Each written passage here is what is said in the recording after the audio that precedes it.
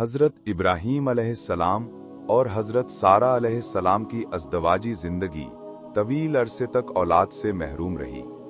बुढ़ापा आ चुका था और बज़ाहिर इंसानी इम्कान खत्म हो चुका था।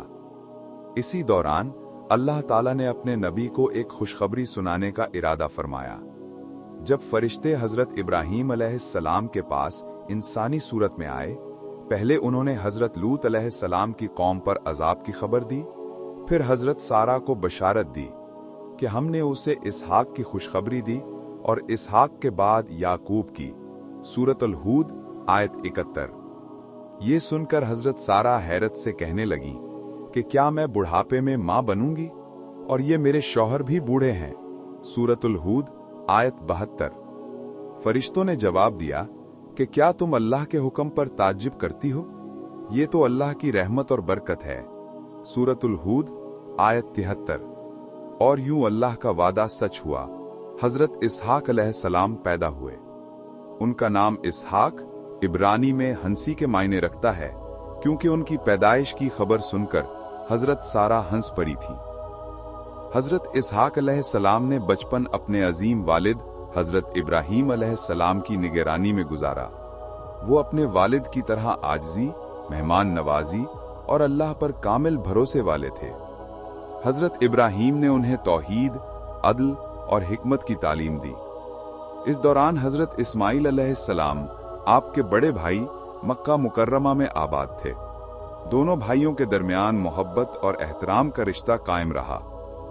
जब हजरत इसहाक अलैहिस्सलाम जवान हुए तो हजरत इब्राहीम अलैहिस्सलाम ने चाहा कि वो किसी सालेह और पाकदामन खातून से निकाह करें। इस मकसद के लिए हजरत इब्राहीम ने अपने खादिम अल-येज़र को हर्रान यानी मौजूदा शाम के इलाके भेजा ताकि अपने खानदान से रिश्ता तलाश करे।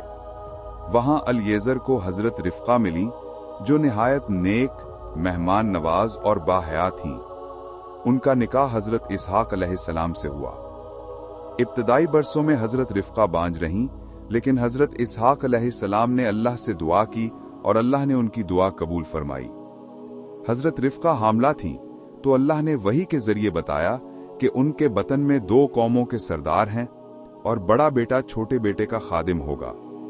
हजरत रिफ़का के बतन से जुड़वां बेटे पैदा हुए, ईसू यानी ईसा और हजरत याकूब अलैहिस्सलाम, जो बाद में नबी बने। अल्लाह ताला ने हजरत इसहाक अलैहिस्सलाम को नबूवत अता फरमाई। आपको शाम और फलस्तीन के इलाकों में बनी इसराइल की रहनुमाई का फरीजा सौंपा गया। आपकी दावत का बुनियादी पैगाम यही था: 1. अल्लाह की वहदानियत को तस्लीम करो। 2. शिर्क और बुत परस्ती से बचो। 3. अदल और रहम दिली इख्तियार करो। 4. अल्लाह के अहकाम की पाबंदी करो।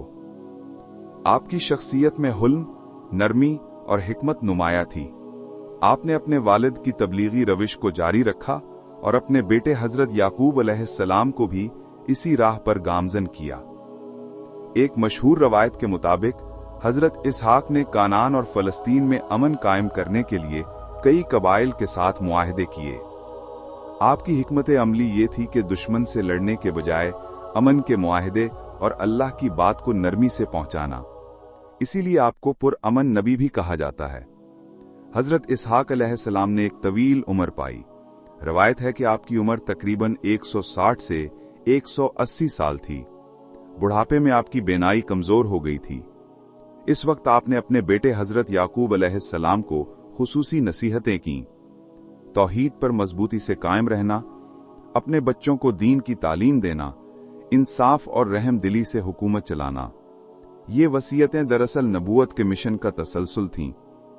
हजरत इसहाक अलैहिस्सलाम ने अपनी जिंदगी के आखिरी अय्याम फिलिस्तीन के शहर हब्रून में गुजारे।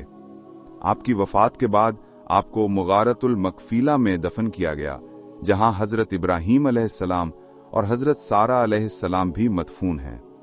ये मकाम आज भी फिलिस्तीन में एक तारीखी और मुकद्दस जगह के तौर पर मौजूद है। मजीद वीडियोस के लिए हमारे चैनल को सब्सक्राइब करें और हमारी वीडियोस को लाइक करें। आपका बहुत बहुत शुक्रिया।